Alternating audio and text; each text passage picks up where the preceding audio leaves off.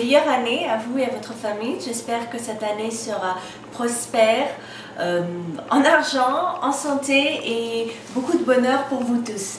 Aujourd'hui, j'aimerais vous apprendre à faire les gulab jamun. Les gulab jamun, donc gulab c'est rose, jamun ce sont des petits fruits de couleur violet qu'on trouve uniquement en Inde, j'en ai jamais trouvé ailleurs.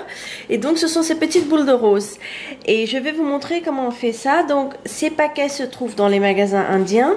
Moi j'utilise celui de la marque Gits parce que j'ai toujours utilisé celui-là. Et vous avez des instructions qui sont très détaillées, mais c'est quand même pratique de voir quelqu'un le faire parce qu'il y a des petites astuces et ça peut aider. Donc pour faire ça, suivant les instructions, vous avez besoin d'un paquet de gulab jamun. Vous avez besoin de 50 ml de lait. Donc j'utilise du lait entier à température ambiante. Et donc je vais commencer. La méthode consiste en 3 étapes. D'abord, il faut mélanger le lait à la pâte. Ensuite, il faut en faire des petites boules bien rondes. Vous allez faire frire ces boules. Et ensuite, pendant que vous faites frire ces boules, vous allez également faire cuire le sirop. C'est du sirop à base d'eau et de sucre. Et vous pouvez le parfumer soit à la cardamome, soit aux fleurs de rose. Et ensuite, vous mettez les petites boules que vous avez frites dans ça. Donc, si vous voulez, ça, c'est un dessert qui est fait à base de boulettes frites, de farine de boulettes frites dans du sirop. Allez, je vous montre comment on fait ça. Donc, je commence par ouvrir le paquet. Et donc, les instructions suggèrent de mélanger 50 ml de lait. Et ce que j'ai trouvé, c'est que j'ajoute pas tout le lait en même temps. Je l'ajoute, j'en ai ajouté la moitié. Je mélange bien. Et je continue à bien mélanger. Ce qui va se passer, c'est que si vous ajoutez le lait en une fois, la pâte va être très liquide. Parce que c'est une pâte qui est faite là à base de lait crémé. Et elle absorbe très bien le lait. Donc en fait, ce qu'il faut faire, pour pouvoir faire les petites boulettes, vous avez besoin que la pâte soit bien solide. Elle ait une consistance un peu dure. Et si vous ajoutez tout le lait, ça va être un peu plus difficile de le faire. Donc ce que je vais faire, c'est que je vais ajouter un peu plus. Vous voyez, j'en ajoute petit à petit. La première fois que j'ai fait ça, j'ai ajouté le lait une seule fois et c'était pas pratique. Ensuite, pour faire les boules à frire, je continue à bien mélanger. Voilà. Et une fois que là, j'ajoute le reste du lait. Une fois que j'ai bien malaxé le tout, voilà. Maintenant, la pâte, ce que je vais faire, c'est que je mélange bien. Elle commence à bien coller. Et je vais la malaxer à la main. Je vais finir de la malaxer à la main. Vous voyez, elle est plus collante. Et en fait, ça va être un peu difficile. Donc, ce que vous allez faire maintenant, avant de la malaxer à la main, c'est que vous allez mettre sur vos mains un peu de beurre. Soit du beurre, soit du ghee. Tout ira. La pâte est très collante. Vous n'avez pas besoin d'ajouter plus de lait. Mais ce qu'il faut faire maintenant, c'est la malaxer suffisamment pour en avoir comme une pâte brisée. Voilà cette consistance-là. Donc ce que je vais faire, voilà. Il me reste encore du ghee. Je vais en prendre un peu. J'en mets, voilà, un tout petit peu. Je frotte mes mains avec. Et ce que je vais faire, c'est que je vais commencer à bien malaxer. Plus la pâte sera travaillée, et plus les boulettes que je vais obtenir seront lisses. Je continue à bien malaxer. Et en fait, quand ça sera bien prêt, tout ça, vous voyez les résidus qui sont dans l'assiette, ils vont tous se décoller. Ils vont tous se bien mélanger. Là, c'est un peu collant, mais elle va devenir, la pâte va devenir, voilà, vous voyez comme ça, elle devient de plus en plus élastique, moins collante. Vous voyez, Et en fait, je vais continuer à la faire comme ça, tourner, tourner, pour qu'elle durcisse un peu plus. Et les résidus qui sont dans l'assiette vont petit à petit se coller, s'attacher. Donc, voilà. Comme vous le voyez, les résidus ont intégré la pâte. Donc, la pâte est suffisamment lisse. Maintenant, ce que je vais en faire, c'est que je vais en faire un long boudin. Donc, j'ai pris ici une assiette. Parce que ce que je veux, c'est en fait faire un boudin et ensuite pouvoir le couper en 20 morceaux équivalents. Et ensuite en faire des petites boules. Donc je continue. Et une fois que le boudin sera prêt, je vais vous montrer. Voilà, vous continuez petit à petit.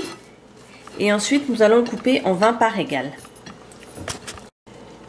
Voilà, j'ai fait un boudin et la façon la plus simple de le couper en parts équitables, c'est d'abord de le couper en deux.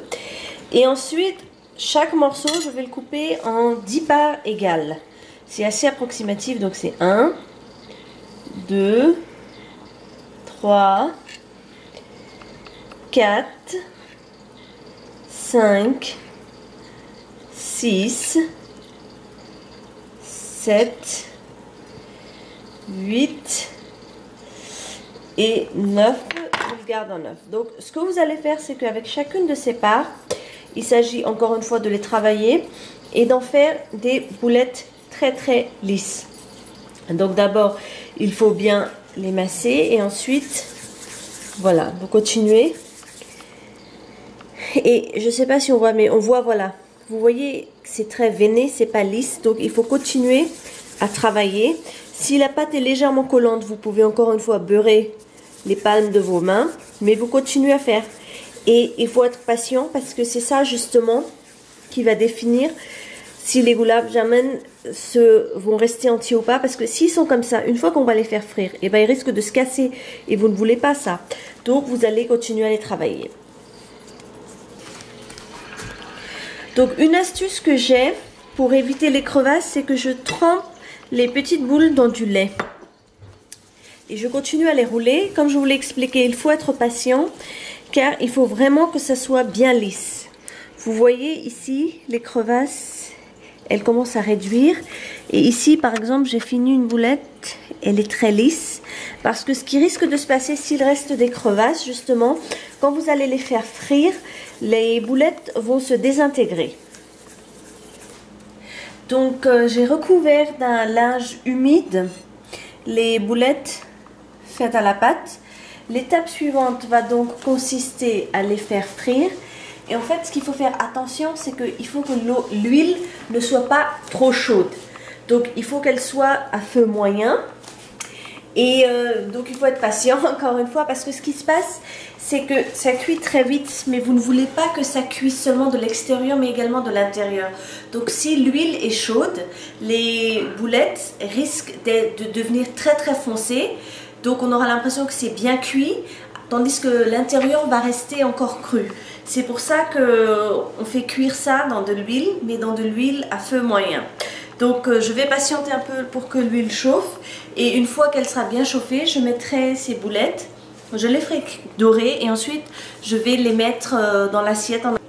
Pour tester donc que l'huile est bien chaude, ce que je vais faire, c'est que je vais jeter un grain de riz sec. Voilà, je le jette. Et vous voyez, il commence à bien remonter à la surface. Ça veut dire que l'huile est prête. Donc ce que je vais faire, c'est que je vais pouvoir maintenant cuire les boulettes de gulab jamun. Donc ça, je sors mes grains de riz. Et donc je vais mettre maintenant mes boulettes, plusieurs à la fois. Et en fait, ce qu'il faut faire, c'est qu'il faut bien les tourner pour que la couleur dorée apparaisse sur tous les côtés et pas seulement sur le fond. Donc, il faut qu'elle prenne une couleur uniforme, une jolie couleur marron. Et comme je vous le disais, si l'huile est beaucoup trop chaude, elles vont cuire de l'extérieur mais pas de l'intérieur. Donc, je continue à les tourner. C'est pour ça qu'il ne faut pas en mettre plus de 4 ou 5 parce que sinon c'est très dur pour les faire tourner comme ça. Voilà, je continue.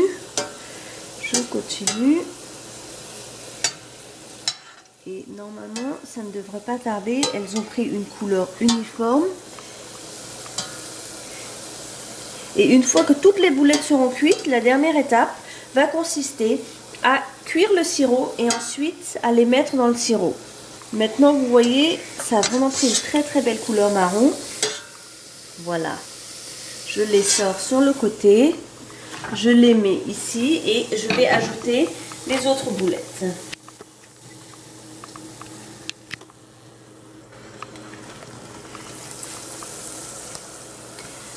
Donc les boulettes ont été frites. Maintenant, la dernière étape va consister à préparer le sirop. Mais je voudrais juste vous montrer l'intérieur, comment c'est. Je vais le couper avec les mains. Vous voyez, c'est une génoise. En fait, c'est un peu comme les churros. Voilà à quoi ça ressemble. Donc, pour ce qui est de faire le sirop, la recette demande de mélanger dans 350 g d'eau, 350 millilitres, pardon, 350 millilitres d'eau, 300 g de sucre. Personnellement, je trouve que ça rend un goût trop sucré, c'est trop visqueux. Et ce que j'ai tendance à faire, c'est de mettre, au lieu de mettre exactement la même quantité, c'est de mettre à peu près 2 tiers, entre la moitié et 2 tiers. Donc ce que je vais faire, c'est que je vais mettre 350 g d'eau ici.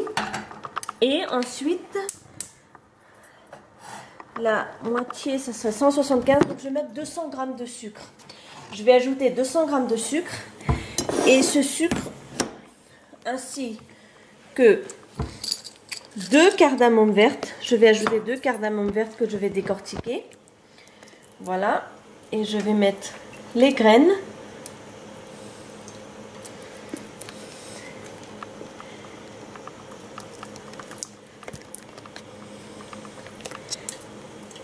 Et je vais mesurer 200 g de sucre et ajouter pour faire mon sirop. 10 minutes se sont écoulées après avoir ajouté mon sucre. Le sucre a bien fondu et c'est bien mélangé. Maintenant, ce que je vais faire, c'est que je vais laisser refroidir ce sirop. Une fois qu'il aura refroidi, je vais ajouter une cuillère à soupe d'eau de rose pour parfumer un peu à la rose. Et ensuite, je le mettrai je l'ajouterai à mes gulab jamun. Et comme ça, nous aurons des roses brunes. Mon sirop a donc bien refroidi. Donc, ce que je vais faire, c'est que je vais en ajouter un peu à ces gulab jamun, suffisamment pour les imbiber, mais pas pour complètement les noyer. Donc ce que je vais faire, c'est que voilà, je vais garder du sirop. Ça, cette boîte, je vais la fermer et je vais laisser reposer tout le temps qu'il me faut. Et juste avant de servir, ce que je vais faire, c'est que je vais ajouter un peu plus de sirop. Les gulab jamun, maintenant, ce qu'ils vont faire, là, je vais les laisser toute la journée. Au fur et à mesure de la journée, ils vont s'imbiber du sirop et ils vont prendre en volume. Et ensuite, au moment de servir, j'ajouterai un peu plus de sirop.